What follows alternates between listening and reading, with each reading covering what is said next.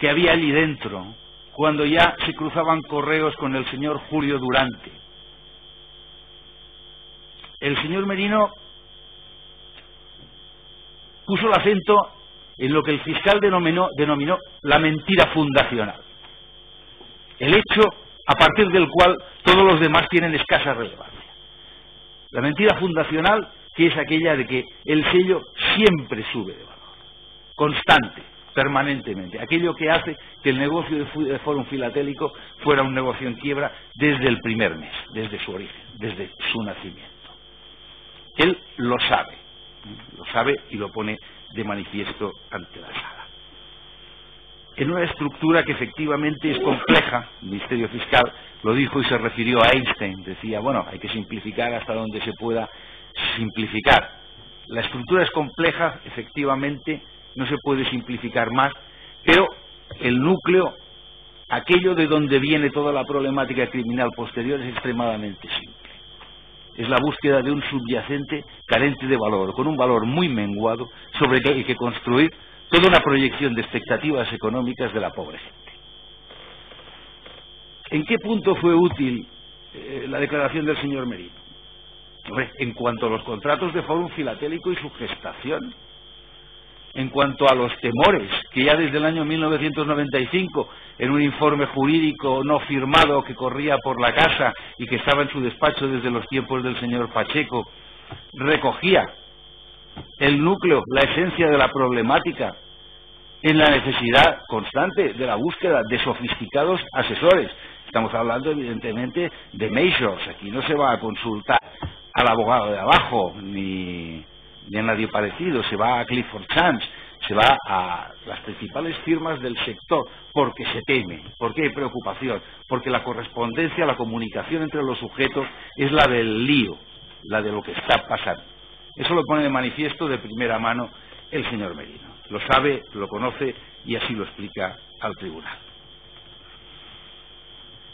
El señor Merino conoce de primera mano, son los años en los que se está produciendo el cambio contractual, conoce de primera mano el sentido del fraccionamiento de la operativa de Fórum en 3 contratos y su finalidad única y exclusiva, la de enmascarar la naturaleza financiera de la actividad.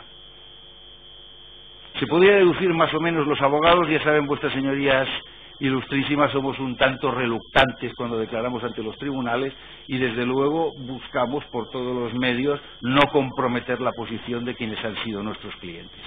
Pero en las deposiciones de los letrados informantes que por aquí pasaron puede detectarse perfectamente cuál era el temor que latía a toda la operativa que se estaba manteniendo en aquella compañía. Eso lo pone de manifiesto el señor Merino. El señor Merino ratifica la convicción del Ministerio Fiscal y de la acusación de que eso del depósito de sellos y la afición a la filatelia es una mera pantalla carente de cualquier significado práctico. De que más del 90% de los clientes lo que querían era cobrar los intereses de su inversión y desde luego ningún interés tenían en el sello. Tanto interés podían tener en el sello como en los árboles, como en los cuadros de Goya, como en cualquier otra cosa.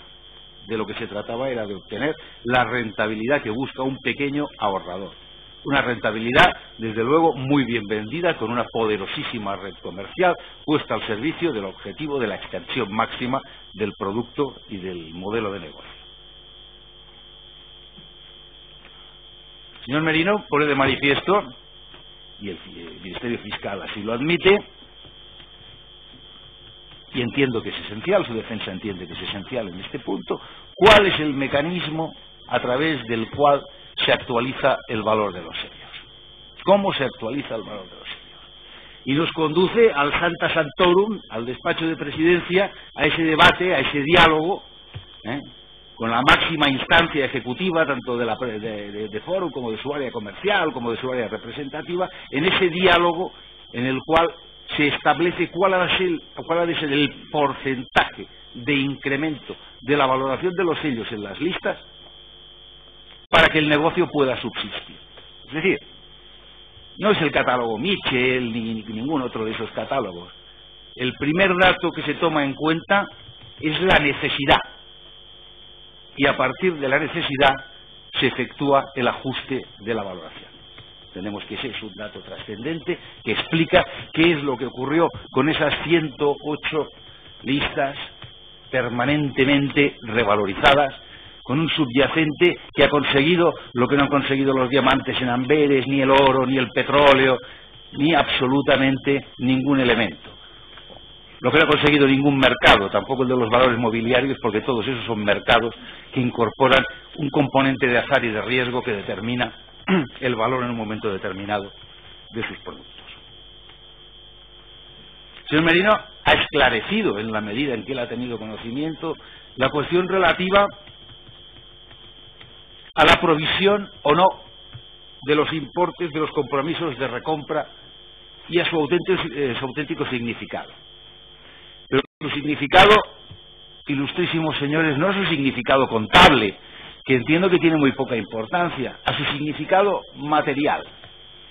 Es decir, más allá del hecho de que la agencia tributaria estimara o no estimara deducciones por el hecho de provisionar, más allá del hecho de que eso fuera obligado o no fuera obligado, se alumbra una verdad que entendemos que es de gran interés, tanto para las víctimas como para el tribunal, y que aporta un elemento notable y significativo. Se quisiera lo que se quisiera o dijera lo que dijera la inspección tributaria, no se podía provisionar. Porque tales los importes a provisionar que el hecho de provisionar implicaba la afloración de fondos propios negativos y la inmediata quiebra de la entidad. Ese es un elemento también desde dentro, visto desde el corazón de la actividad. Ha dicho más el señor Merino al respecto. Ha descrito lo que ocurrió con las compañías de seguros, con el temor que sobrevino como consecuencia de la cancelación de las pólizas de Lloyd y de Hitchcock, de aquella correspondencia que empezó a cruzarse de la intervención de la gente de la corredora de seguros de Marsh aquí en Madrid, y de cómo precisamente en toda esta secuencia de hechos relacionados con el valor del sello y con la cobertura del seguro aparece una persona que aparecerá en una segunda ocasión, que es el señor Amán. El señor Amán, que está en el núcleo también duro de vinculación con un sujeto imprescindible para la comprensión de lo que aquí ha ocurrido.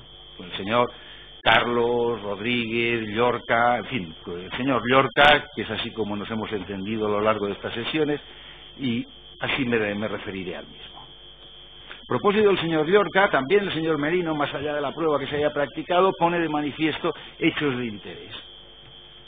Sitúa al señor Llorca como el gestor, como el controlador de la red de proveedores.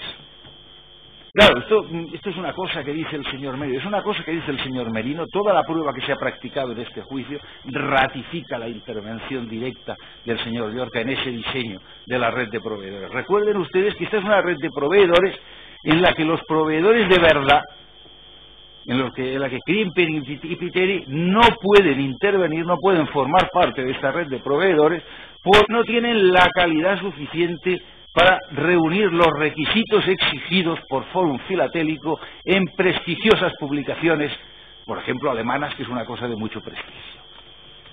Los proveedores originales no están en condiciones de ser proveedores de Fórum Filatélico. Y sin embargo, hay toda una serie de empresas extrañas, con ubicaciones geográficas diversas, que sí que están en condiciones, que sí que cumplen con los requerimientos de calidad, que sí que pueden firmar los contratos de Fórum Filatélico y acceder al privilegiado estatus de proveedor, como explicaba su presidente, al precio que marque Fórum Filatélico, a ese mercado tan cerrado que hasta el consumidor, hasta el cliente, define los términos de quién puede ser proveedor. Bueno, pues la declaración del señor Merino pone de manifiesto ese control por parte del señor Llorca de toda esa red.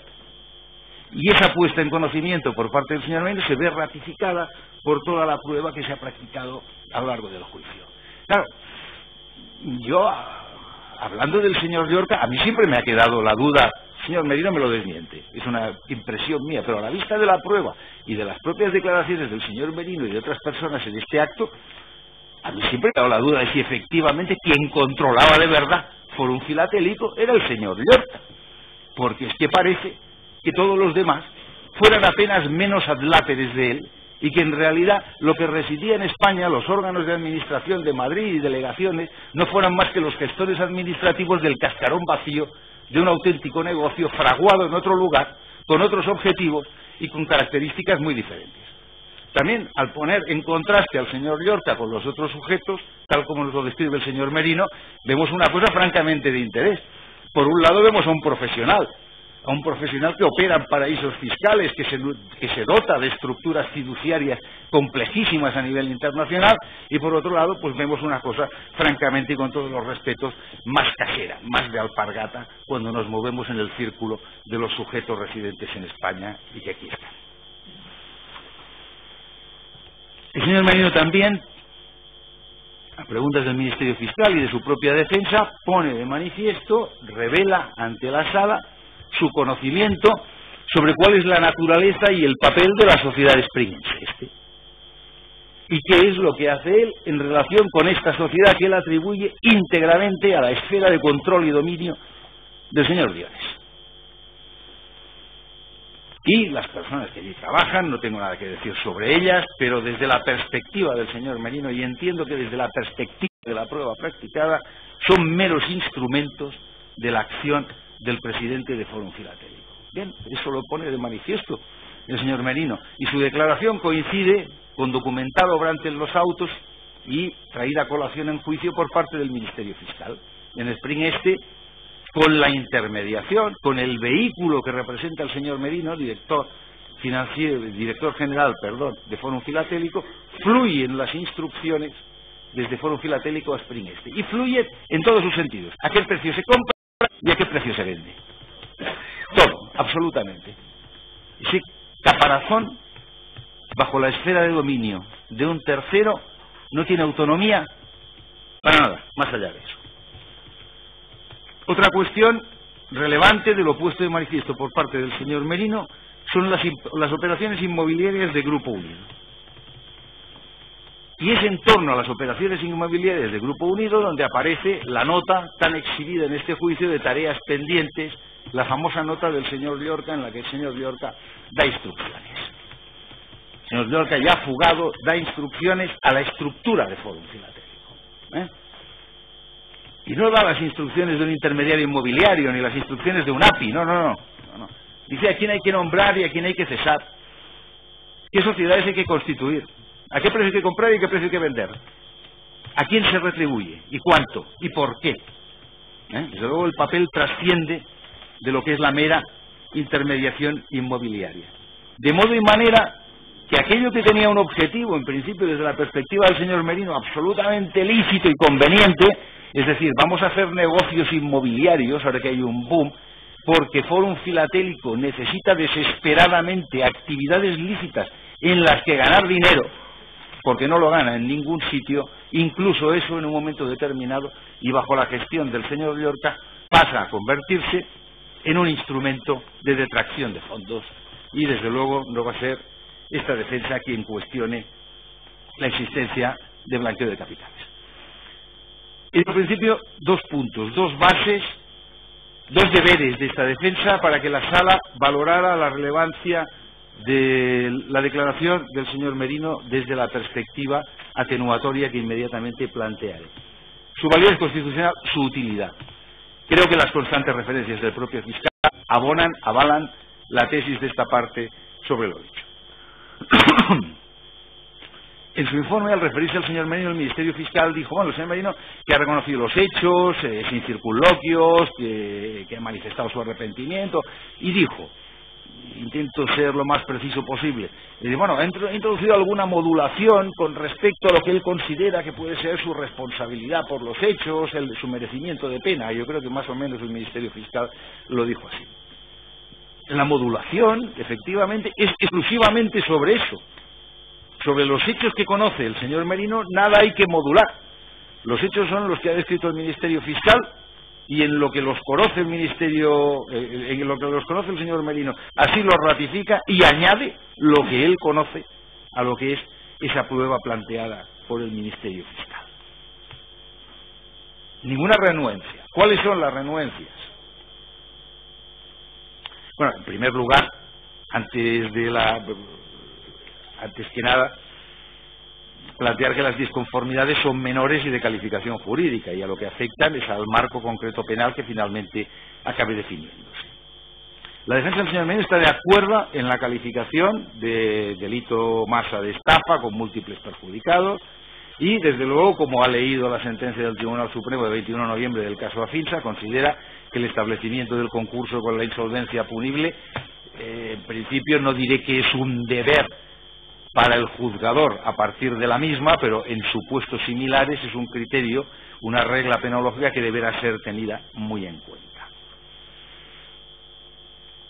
Difiere, en principio, la defensa del señor Merino, aquí es la primera diferencia, en cuanto a la calificación del blanqueo de capitales. Esta defensa considera que existe blanqueo de capitales, y si entiende rectamente al Ministerio Fiscal, considera que el Ministerio Fiscal tan solo imputa al señor Merino el blanqueo de capitales relacionado con las operaciones inmobiliarias a través de Grupo Unido. Es decir, una secuencia muy concreta y determinada de un periodo temporal muy concreto y determinado.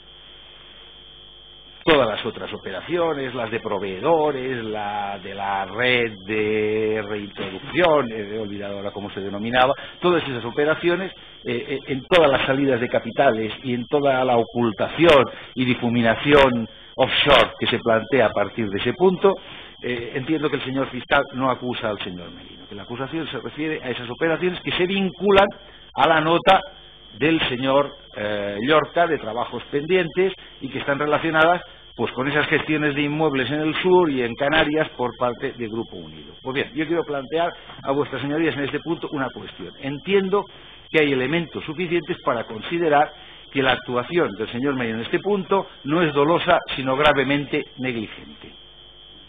Las operaciones tal como están planteadas en sí mismas son operaciones de compraventa de inmuebles en las que intervienen, siempre bajo tutela jurídica, operadores en principio no sospechosos de nada.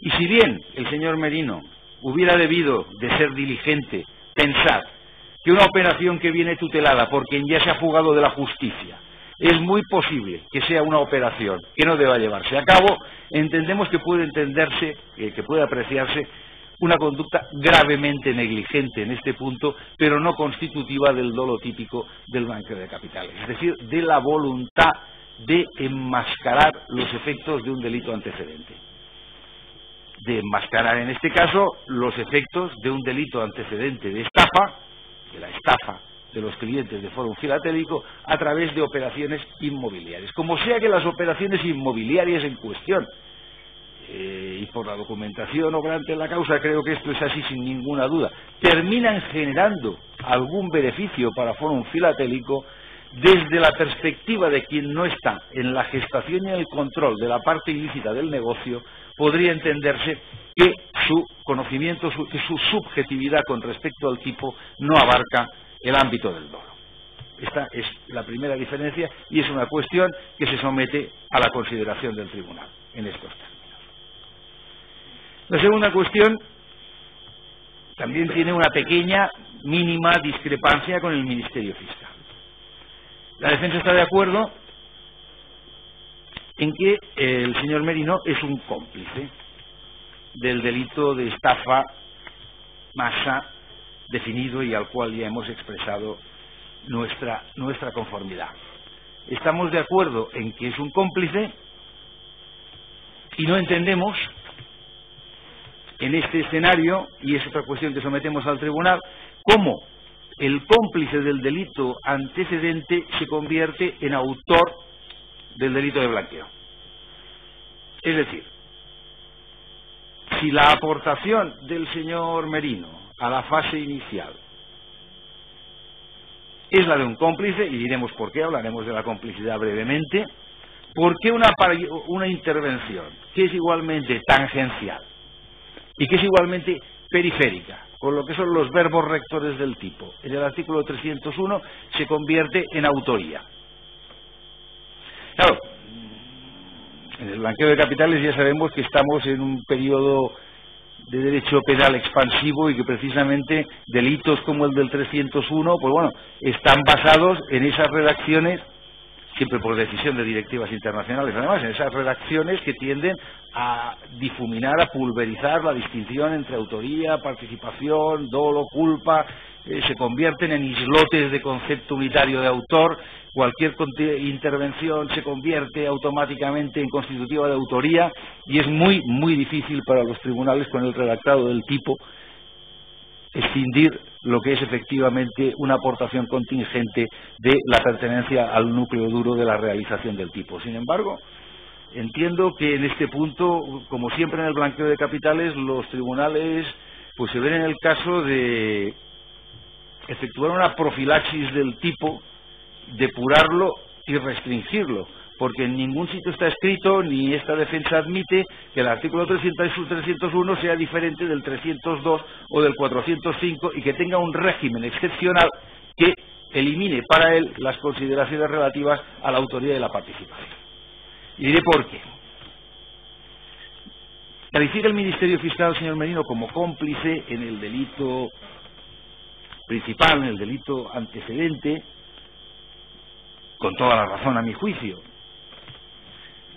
porque no realiza una aportación esencial y porque su rol es fungible en el caso concreto que nos ocupa. De hecho, yo creo que casi sin saberlo, el Ministerio Fiscal lo vino a decir y sentó las bases de por qué creo yo que es evidente esa complicidad. El Ministerio Fiscal dijo, sí, el señor Merino se presenta como un director general, pero como un director general sui generis, con unas capacidades de dirección restringidas. Nos dice, y es cierto, que ni siquiera tiene poderes. Y añade el Ministerio Fiscal, porque le hacen falta. Y efectivamente, ese es el cómplice. Ilustrísimos señores. No le porque los autores o el autor, los que han definido el núcleo de la autoría, lo han excluido precisamente de ese núcleo de capacidad ejecutiva. Lo han dejado al margen. Es un cómplice por lo que hace, es un cómplice por lo contingente de su intervención, pero es un cómplice por decisión del autor, que lo deja extramuros de la posibilidad de realización típica. Vamos por partes. El recadero de Llorca, en la nota de temas pendientes. Antonio, ya pasaremos cuentas, que esto lo pago yo. Y dile esto al otro. Es transmisor de instrucciones del presidente de Fórum Filatélico en Spring Est. No tiene ningún tipo de poder, e incluso en el procedimiento mercantil eso ha quedado cumplidamente acreditado. Su aportación no es un bien escaso, eso lo demuestra el señor Pacheco. Intento fundamentar la complicidad en elementos objetivos de hecho que sean susceptibles de ser valorados por la sala sin incurrir en palabrería legal sobre aquello que diferencia al cómplice del cooperador necesario, que vamos, desde luego es un jardín absolutamente inexplorado. Es cómplice y no es cooperador necesario ni es autor por todas estas cosas. Por lo que hace en efecto, por lo que hacía el señor Pacheco, es el referente, y por cómo el círculo de autores es restringido. No es clandestino, pero es restringido. Y hay competencias que no solo se acumulan, hay competencias que son indelegables en este ámbito. Es un cómplice porque ve lo que está pasando, y por temor, por pusilanimidad, por las cosas de la vida, ni se va ni lo denuncia. Pero lo que aporta a esa cadena de sucesos que se venía produciendo hacía ya muchísimos años, lo que aporta a partir del año 2001, cuando empieza a intervenir, no es un bien escaso. De hecho, si algo ha demostrado este juicio es que es un bien abundante. Y es un bien, además, que no condiciona la producción del resultado. Lo facilita la producción del resultado, efectivamente, pero desde luego no sería un serio obstáculo la ausencia de su contribución para que el resultado se produjera exactamente en los mismos términos, tanto en un plano concreto como en un plano hipotético. favorece el resultado, no lo condiciona, es un mero auxiliador del delito, que teniendo conocimiento de que se va a perpetrar, no abandona, no salta del barco, y por eso está en este banquillo, y por eso hasta su defensa está argumentando ante este tribunal cuál es la pena que se le debe de imponer. Bien, esto es la complicidad, estos son los mimbres de la posición del señor Merino como cómplice. Estamos de acuerdo con el Ministerio Fiscal. Y entonces, cuando extendemos el análisis al 301, nos tenemos que preguntar si, siendo como ese es el mismo, si el blanqueo de capitales por el que se acusa al señor Merino es el blanqueo de capitales que se deduce de su participación en Grupo Unido, tal como se refleja en la nota de tareas pendientes, a no ser que manejemos un concepto unitario de autor, un concepto expansivo de autor. ¿Por qué va a ser autor el señor Merino del blanqueo del 301 siendo como es cómplice de la estafa? Y esta es otra cuestión que queremos plantear a la consideración de la sala. Y en este supuesto ya nos referimos, evidentemente, a blanqueo doloso, que es la calificación que hemos puesto como alternativa. Es decir, la primera era: el blanqueo no tiene por qué ser doloso, el blanqueo puede ser imprudente, hay elementos para considerar que es imprudente. La segunda, si se considera que ese blanqueo es doloso, porque no se entiende que es un cómplice, cuando los mimbres para la construcción del cesto de esta tipicidad son más escasos todavía que los que tiene la acusación para la construcción de la estafa. La cuarta conclusión de nuestro escrito en este sentido es la de determinación de la pena. Evidentemente, por todo lo que hemos dicho, tenemos alguna divergencia con el señor Merino. Perdón, con el señor fiscal, disculpe. Tenemos alguna divergencia penológica, y esto desde luego es demasiado farragoso y demasiado antipático de verbalizar, y por eso intenté en mi escrito de conclusiones definitivas reflejar en la conclusión cuarta todos los escenarios de medición de la pena, bajando 1 grado, bajando 2 grados, estableciendo, que creo que es lo correcto, primero la pena para el delito masa de estafa, luego la pena para el delito de insolvencia, haciendo después el concurso ideal, bajando por la complicidad y aplicando después las atenuantes. En fin, un lío, pero yo creo que lo hice bien, con calculadora, y lo reflejé lo mejor que pude en mi escrito de conclusiones provisionales. Ahí está, y eso efectivamente es muy farragoso. Lo único que quiero decir al respecto es que someto a la consideración de vuestras señorías lo siguiente. En primer lugar, que por lo que he dicho, a la hora de refrendar la validez de la declaración del señor Merino como prueba y como elemento de satisfacción a las víctimas y manifestación objetiva de arrepentimiento, la atenuación por la vía de la circunstancia analógica del 21, quinta y séptima debe ser muy cualificada, debería ser muy cualificada. La colaboración no se ha producido en un momento inicial de la investigación o previo a la investigación, pero ha sido relevante. Y desde luego es una investigación, o ha sido un procedimiento, o los antecedentes del procedimiento han sido tan extraños extramuros de la jurisdicción penal, me refiero. Tanta gente se lo ha mirado, tantas administraciones, como se ha dicho, han tenido dudas. Que aunque se haya producido tarde, entiendo que lo que ha aportado ha sido muy relevante. Y además ha sido relevante sin cortapisas, sin estrategias. No ha buscado proyectar responsabilidad por hechos que él ha cometido en terceras personas, ni ha ocultado ni ha oscurecido el que pudiera ser su papel, precisamente en esa fase de comisión y a título de cómplice. Por eso cito también en mi escrito de conclusiones una sentencia, pero al respecto sobre la posibilidad de valoración de esa circunstancia en estos términos. Y en segundo lugar, invoco la circunstancia atenuante de dilaciones indebidas, simple, dándole la razón al Ministerio Fiscal en el sentido de que son dilaciones pero no son indebidas. Son unas dilaciones objetivas, son unas dilaciones que se han producido por el mero transcurso del tiempo y que desde luego no han tenido nada que ver con ausencia de diligencia por parte del fiscal, el instructor o este tribunal. Todo el mundo ha sido muy diligente, y a pesar de que todo el mundo ha sido muy diligente, han pasado 12 años. Y esos 12 años son una carga no de ninguno de los operadores jurídicos que estamos aquí, no de ninguno de los profesionales, es una carga del Estado, porque ha infligido a los sujetos una pena natural, una pena naturalis de aquella que decían los clásicos, porque se han pasado 12 años aquí haciendo comparecencias o embargados o en una situación de incerteza que de alguna manera el Estado debería compensar.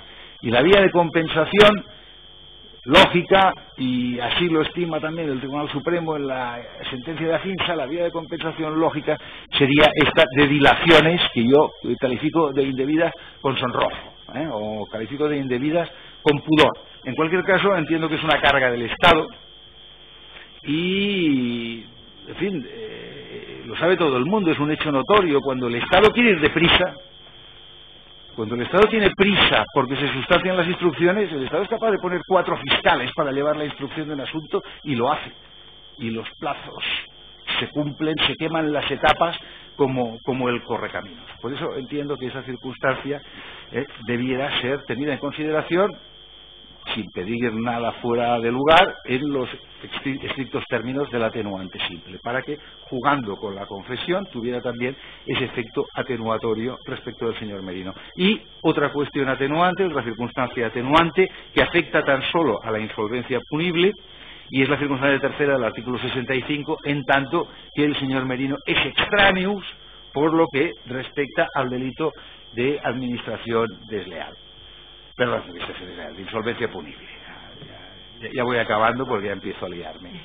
De insolvencia punible. Es extraneus, y que sea extraneus no es que lo diga yo y que tengamos que mirar los poderes, es un hecho objetivo. Hay una sentencia que lo dice, la sentencia de lo mercantil, la sentencia sobre las acciones de responsabilidad, absuelve al señor Merino y dice que no tiene nada que ver, porque esa no es su guerra, porque no tiene la naturaleza, no tiene el carácter de administrador.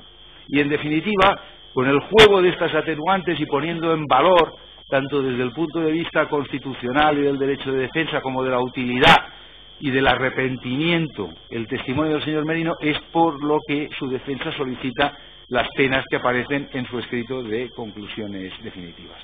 Entendemos, y termino con eso, entendemos que esto no solo es adecuado a la que ha sido su actuación procesal y a cómo ha contribuido a solventar hechos nucleares del juicio, sino entendemos también con toda la modestia que es funcional para el futuro, para que se sepa también, para quien se vea inmerso en procedimientos de estas características y en circunstancias similares, sepa que no cualquier contribución fungible al esclarecimiento de los hechos es útil, que tiene que ser una plena, sin cortapisas, a disposición de la contradicción con el derecho de defensa, relevante y útil. Y dicho lo cual, solo me queda dar las gracias a la sala y a todo el personal de la Administración que ha coadyuvado a que el juicio sea tan agradable. Eso es todo. Muchas gracias. Vamos a hacer ahora el descanso. Se interrumpe la sesión durante 15 minutos.